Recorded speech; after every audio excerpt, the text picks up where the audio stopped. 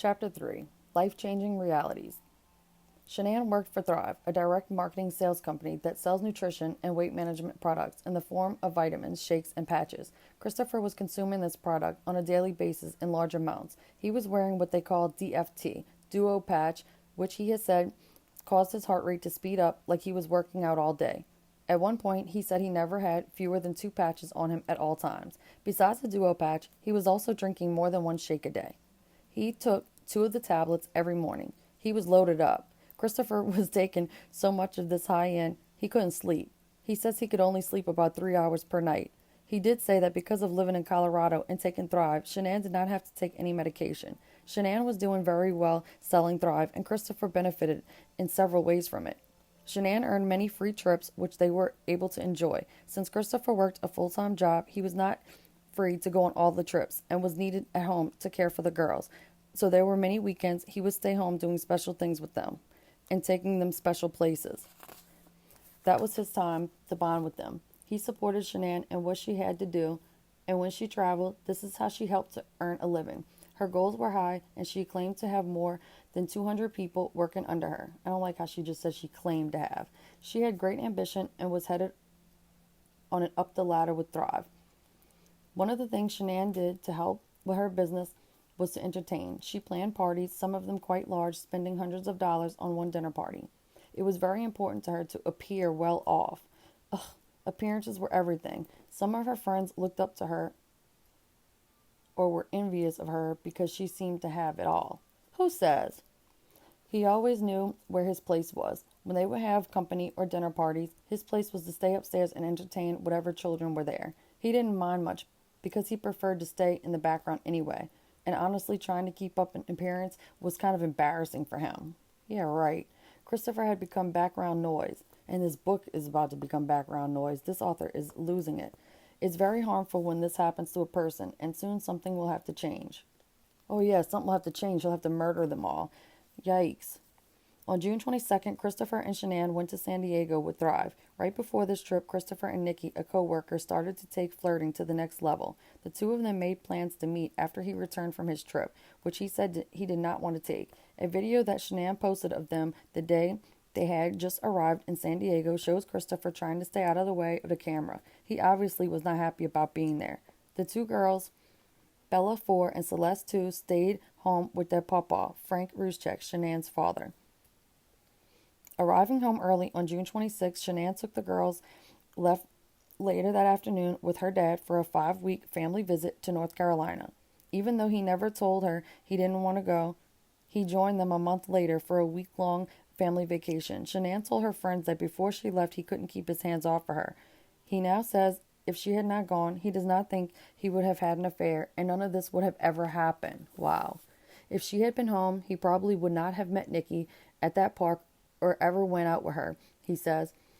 I want to be careful about the statement he made that it does not sound like it's Shanann's fault he had the affair or that he killed her.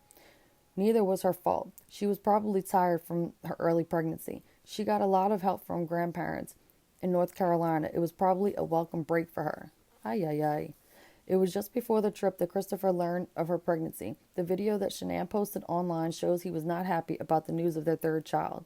The very same week he had started to see Nikki was when he found out Shanann was pregnant. He was caught off guard by the announcement because it had taken Shanann much longer to get pregnant the last 2 times. He said it made him feel more guilty because he had just decided to have a more serious relationship with Nikki. How are you going to decide to have a more serious relationship with your mistress when you marry your wife? He always wanted a son, but this was a big stressor for him, even though he was part of the decision, and at the time it felt right to have another baby. He did not know what was just around the corner. That he would meet someone that would sweep him off his feet and make him regret he ever had a family. Oh God. Now he felt he was not ready for this baby because mentally he was with Nikki. Ooh. Once Shanann and the girls left for North Carolina, Christopher was free to do whatever he desired, and he desired Nikki. He and Nikki's relationship escalated fast. He said that as much as he tried to take things slow, Nikki was pulling him. Christopher was caught off guard with lewd sex. Christopher was caught off guard because he had never had a woman pursue him before. She lured him in with lewd sex and sent nude pictures of herself on his personal phone. Nikki was definitely chasing him. She knew he was married and had 2 girls, but in fairness, she was told by Christopher that he and Shanann had both decided to separate. She most likely knew about Shanann's pregnancy because she spent time looking up Shanann on Facebook and the internet. Yep. She possibly wanted Shanann's life. Yep. She had many YouTube and Facebook videos that Nikki most likely saw. Yep. Christopher says really bad things went on in Nikki's house. Things he is very ashamed of. Some of the things Christopher says he will take to the grave with him. Y'all, tell me in the comment section what y'all think happened, what Christopher and Nikki did in Nikki's house. I need to know what y'all think about these really bad things that happened over there that he won't tell and take into the grave. Shanann was beautiful, lived in a beautiful home, had 2 beautiful children, had it all, or at least it appeared. She had all the things that would make a mistress jealous. It seemed Nikki stalked Shanann at least on the internet, if not in person. Yikes. Even though Shanann dealt with health issues, she seemed like a person who accomplished a lot. Nikki, watching from the outside, was very unfair to Shanann. Nikki knew her competition, but Shanann never knew hers. Wow. Nikki went to the police early on to let them know she had been seeing Christopher. As far as it appears, her accounts of the relationship were not truthful. She went to them early on to make herself not look guilty. Her feelings were more than she would tell the FBI. Some things she told them were blatantly not true. But Christopher was drawn to Nikki and enjoyed being with her. She cared how he felt about things. She cared about what he thought and would ask his opinion. He was not used to this. Since this was what Christopher needed most, it wasn't the sex for the most part that pulled him in. Yeah, right. He was much more in love with the way she treated him and made him feel like a man again. She validated his masculinity and gave him the feeling she adored and looked up to him and valued what he had to say. Respect is what he felt from her. He did not want to let that go. At all costs, he determined to hang on to someone that caused him to feel like he had never felt before. Possibly she knew how to play him and played him like a piano. Yes, she did. But he felt like he had a voice with her, which he did not have with Shanann. He had been afraid to be himself around Shanann. He never offered his opinion and was rarely asked about how he felt about anything. He commented he could not hang something on the wall in their house by his own decision without Shanann getting mad about it. Probably Shanann had always been, but then Nikki came into the picture. He says the control and being so bossy seems to have led him where he could not even talk to her about things that were vital to their marriage. Being deeply loved by someone gives you strength, while loving someone deeply gives you courage. Christopher's deep love he thought he had for Nikki may have given him the courage he needed to get rid of his family or to live the life he felt he deserved. Ugh. Christopher said he had never even considered having an affair or that there was anything wrong with his marriage until he met Nikki. He wasn't looking for an affair, but Nikki was too much for him to resist. They felt a common bond, and he chose the wrong path. Nikki was playing a dangerous game, and it seems she pulled out every stop to seduce and intoxicate him. Christopher spent almost all of his time with Nikki the month of July. He practically lived at her house and had almost no time to think about what he was doing. When he was with her, he did not even think about his family, as though he did not have one. When he did think about them, he felt very guilty. Nikki knew this, and it was the reason Christopher, in his words, had to talk her down off the ledge more than once. She became the injured party in her eyes instead of seeing it for what it was. She then tried pulling the last punch by telling him she wanted to give him a son. She knew she could get Christopher to feel bad for her by telling him they didn't have any firsts together. She's trying to steal someone else's husband, and she is sad she doesn't have any firsts with him. She'd share his first affair with him, but that wasn't enough. Did she think Shanann was ruining her life? Christopher feels that is when the idea to take the lives of his family began. Oh my gosh, shame on him. He didn't want to, but knew it was going to happen. He did nothing to fight those feelings. Nikki had a group of friends he says were involved in some dark, very dark things. I don't know what he's talking about. He can pinpoint a time that he could feel himself get darker on the inside. In asking what Nikki was really like, he suggested reading Proverbs 7:5-7, and I would see Nikki. These verses in the Bible show a very sexual woman who does not care that she is married. Wisdom will save you from the other woman, the other man's wife, who tempts you with such sweet words. One day I was looking out my window at some foolish teenagers and noticed one who had no sense at all. He was walking through the marketplace and came to the corner where a certain woman lived. He then turned up the road that goes by her house. The day was ending, the sun had set, and it was almost dark.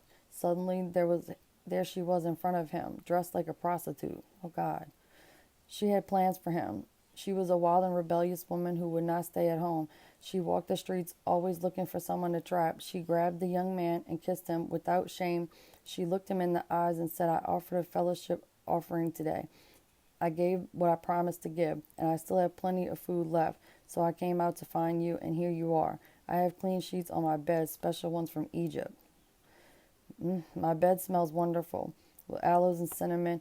Come, let's enjoy ourselves all night. We can make love until dawn. My husband has gone on a business trip. He took enough money for a long trip and won't be home for 2 weeks. This is what the woman said to tempt the young man, and her smooth words tricked him. He followed her like a bull being led to the slaughter. He was like a deer walking into a trap where a hunter waits to shoot an arrow through his heart.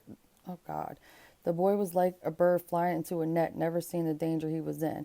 Now, sons, listen to me. Pay attention to what I say. Don't let your heart lead you to an evil woman like that. Don't go where she wants to lead you. She has brought down some of the most powerful men. She has left many dead bodies in her path. Her house is the place of death. The road to it leads straight to the grave. Well, on August 5th, when Christopher was visiting his family, he had already started to plan what he was going to do to his family when he got back to Colorado. In an effort to make Shanann look bad, he told his family that if he ended up dead, they should have the authorities look at Shanann. What? His sister told him to put that in writing. He wrote a letter stating such, and that letter has hit the media. Boy, bye. Yes, indeed. Let me get a sip of water on that note. Oh. Yes, indeed. Chapter 4, the Watt side of the story. Good Lord.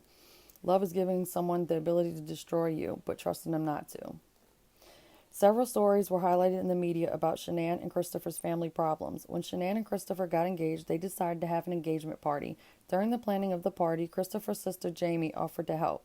Shanann had a list of things that needed to be done. Jamie offered to address and mail out the invitations. On the day of the party, most of the friends did not come. The next day, Shanann made some phone calls and found out her friends never got an invitation. So Jamie was accused of never mailing them out. Jamie says she sent them. Shanann had asked Jamie to be a bridesmaid in her wedding and for Jamie's daughter to be a flower girl.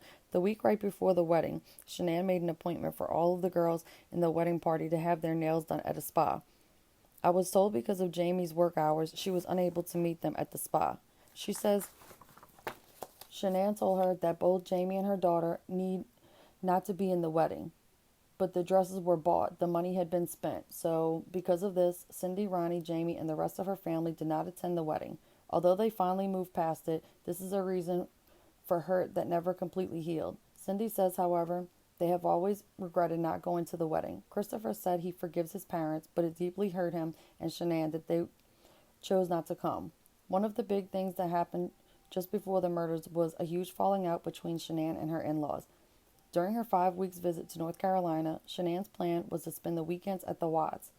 The second weekend in, she was there on Saturday when the ice cream debacle, what Cindy calls Nutgate, took place. Sandy Rushtek, Shanann's mom, has refused to comment. Cindy Watts wanted to tell her side of the story, what Cindy calls the Nutgate. During the investigation, Cindy was blamed for trying to kill Celeste. Cece, the little baby, the 3-year-old. Oh my gosh. According to Cindy and Jamie, Shanann was at the Watts house during the 5-week visit. This happened on a weekend that Shanann was at the Watts house. During the 5-week visit, the only people there were Cindy, Shanann, Ronnie, and all the grandkids. Jamie had dropped her kids off on her way to work.